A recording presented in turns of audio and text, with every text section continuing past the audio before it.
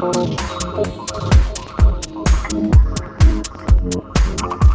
this episode's very cryptozoological themed. We've got a Bigfoot story and some more crypto stories coming up. We've got a sprinkling of UFO stuff towards the end of the show. But the first one I wanted to look at is some new footprints from Malaysia, some new Bigfoot tracks. And this was reported on Cryptomundo.com. And the Malaysian Bigfoot researcher and journalist Harold Stevens wrote this into Loren Coleman at the site and said, enclosed some photos related to the latest footprint discovered in Felda Semenchu. I went to visit the location last month and managed to find out that there are 3 eyewitnesses who have seen the Sasquatch. The first witness described the creature as hairy and very large, around 3 meters tall, but he couldn't see his face properly. He also mentioned that the creature has a loud breathing sound and has a stooping posture. The other witness reportedly saw the creature crouching under a palm tree and described the face as looking like an ape and had red, fiery eyes. And Stevens points out that these footprints were found at the same time as these sightings, which gives it a little bit more credibility. So I really just wanted to point this in your direction to check out the photos because I love seeing these prints. They really do give you an idea of size, if they are in fact genuine. And of course, Malaysia has been a real hotspot for sightings in the last year. That also leads to the idea that perhaps there's more incentive to hoax if there's kind of some international interest in the topic. But if you go to cryptomundo.com, there'll be links in the show notes. The very first photo is a great one because you get to see a bare foot, human-sized foot, next to one of these prints, and it really does give you an impression of the size. It is absolutely huge.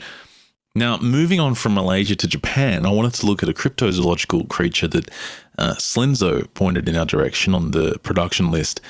It's called the kappa, and this is from pinktentacle.com, and they write that it's arguably Japan's most well-known creature of legend. They're these mischievous river imps that are notorious for luring people, particularly children, into the water to drown and eat them. They smell like fish, enjoy cucumbers and sumo, and are said to be very courteous despite their malicious tendencies. And the descriptions in ancient drawings and paintings of this creature kind of remind me of a couple of things. Well, firstly, it's got a reptilian look about it that we've heard from the Lesotho file and other sources. But secondly, the chupacabra also comes to mind, especially with the size and some of its physical features. And the kappa are typically about the size of a child and greenish in colour, but they can vary widely in appearance. They frequently have a turtle-like shell and scaly skin, but sometimes their skin is moist and slick or coated in fur. Most walk upright on their hind legs, but they are occasionally seen on all fours. Regardless of body type, the top of the kappa's head usually features a bowl-shaped depression containing water. The water inside this bowl is the source of a kappa's power. Now, that sounds really bizarre, but there's writings from the Edo period, which is around the year 1600 in Japan, that say if you come across a kappa, the best thing to do is bow formally. And if you're lucky enough and it responds to your bow with a bow of its own, this mystical water in the top of its head will kind of fall out, will pour out, and it'll lose its power and have to run away.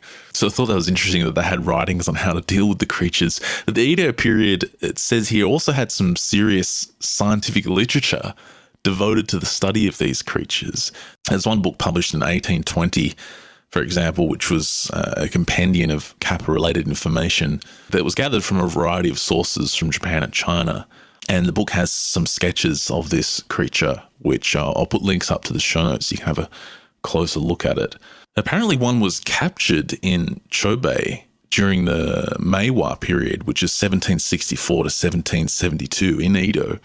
Now they write here, when the creature was shown to Ota Chogan, a herbalist of the time, he identified it as a kappa. He happened to have a kappa sketch with him that showed a creature with strikingly similar features. According to the text in the book, this kappa measured 60 centimeters or 2 feet tall and had slippery skin like that of a catfish. And there's another book which is essentially an illustrated guide of this creature, and it shows 12 different types of them, and the similarities between this creature and, like I said before, reports of reptilian beings and perhaps to a degree, the chupacabra are quite striking. You've got to see the images. I'll put links to them in the show notes. There's high-res versions and they're all Japanese paintings. It's really interesting. And they all do have this kind of depression in the head that they talk about where this water was supposedly kept. And that article from Pink Tentacle links to another site, onmarkproductions.com, which has a lot of information on the kappa.